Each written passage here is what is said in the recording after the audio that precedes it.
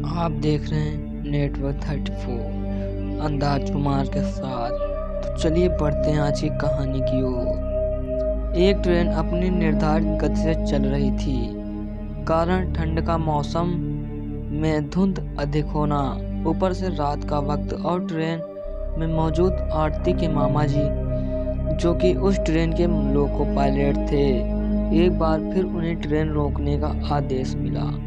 दरअसल आने वाली ट्रेन स्टेशन पर एक ट्रेन सिग्नल मिलने के कारण पहले से ही खड़ी थी। कुछ देर बाद आरती के मामा जी को वहां से चलने का सिग्नल मिला। तभी उन्होंने ट्रेन का इंजन स्टार्ट किया और चेतावनी के तौर पर ट्रेन का हॉर्न बजाया, ताकि कोई भी अगर पटरी के आसपास हो तो वह वहां से हट जाए। 2 बार हॉर्न देने के बाद उनकी नज़र सीधे पटरी पर गई तो उन्होंने देखा कोई पटरियों पर लेटा है। यूं तो कोहरा ज्यादा होने के वजह से साफ तो नहीं दिख रहा था, फिर भी ट्रेन लाइट से साफ साफ दिख रहा था कि पटरियों पर कोई तो है जो सफेद कपड़े पहने लेटा है। आरती के मामा जी हैरान थे कि इसे हॉर्न सुनने के बाद अब तक तो हट जाना चाहिए, लेकिन वो वहां से टस से मस भी नहीं हुआ। फिर आरती के मामा जी ने ट्रेन की विंडो झांककर कहा, अरे भाई, तुम्हें ट्रेन की हॉर्न सुनाई नहीं दे रही? चलो अब हट जाओ वहां से। लेकिन इतने बार कहने के बाद भी वो वहां से जैसे का तैसा पड़ा रहा। लेकिन अब आरती के मामा जी को गुस्सा आने लगा था और वो मन ही मन कहने लगे, कैसा आदमी है, इतनी बार हॉर्न मारने के बाद भी नहीं हट रहा है। तभी आरती के मामा जी ट्रेन से उतरकर उसकी तरफ बढ़े, लेकिन थोड़ा और पास में जाने के बाद पता चला ये तो कोई 15 साल का लड़का है। और इस पर आरती के मामा जी कहने लगे, तुम्हें मेरी ट्रेन ही मिली थी मरने को? इतना कहने के बाद आरती के मामा जी उसकी ओर उसकी ओर करीब आने के लिए बढ़े।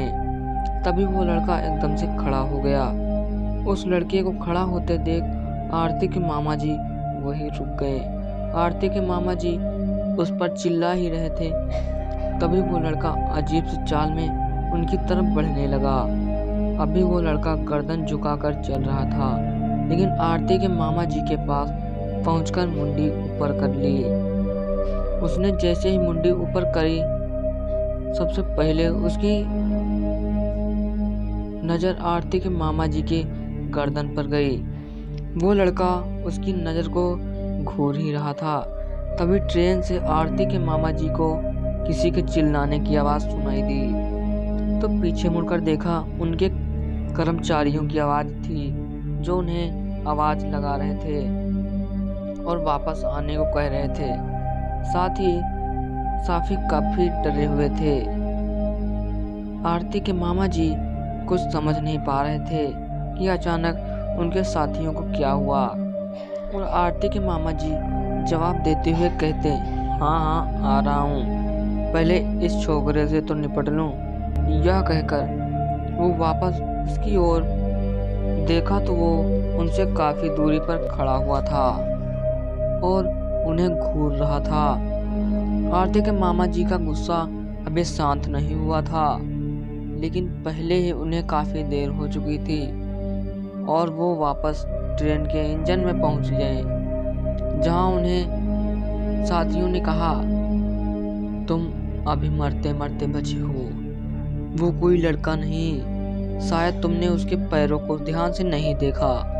उस लड़के के पैर उल्टे थे। अपने साथियों की बात सुनने के बाद वो एकदम से चौंक गए और मामले की गंभीरता को समझते हुए इंजन स्टार्ट कर दिया और वो वहां से निकल गए। लेकिन रास्ते भर उन्हें एक बात ही सताए जा रही थी कि वो लड़का मुझे कुछ भी कर सकता था। तभी उन्हें ध्यान आया कि वो लड़का उनकी गर्दन की तरफ देख रहा था।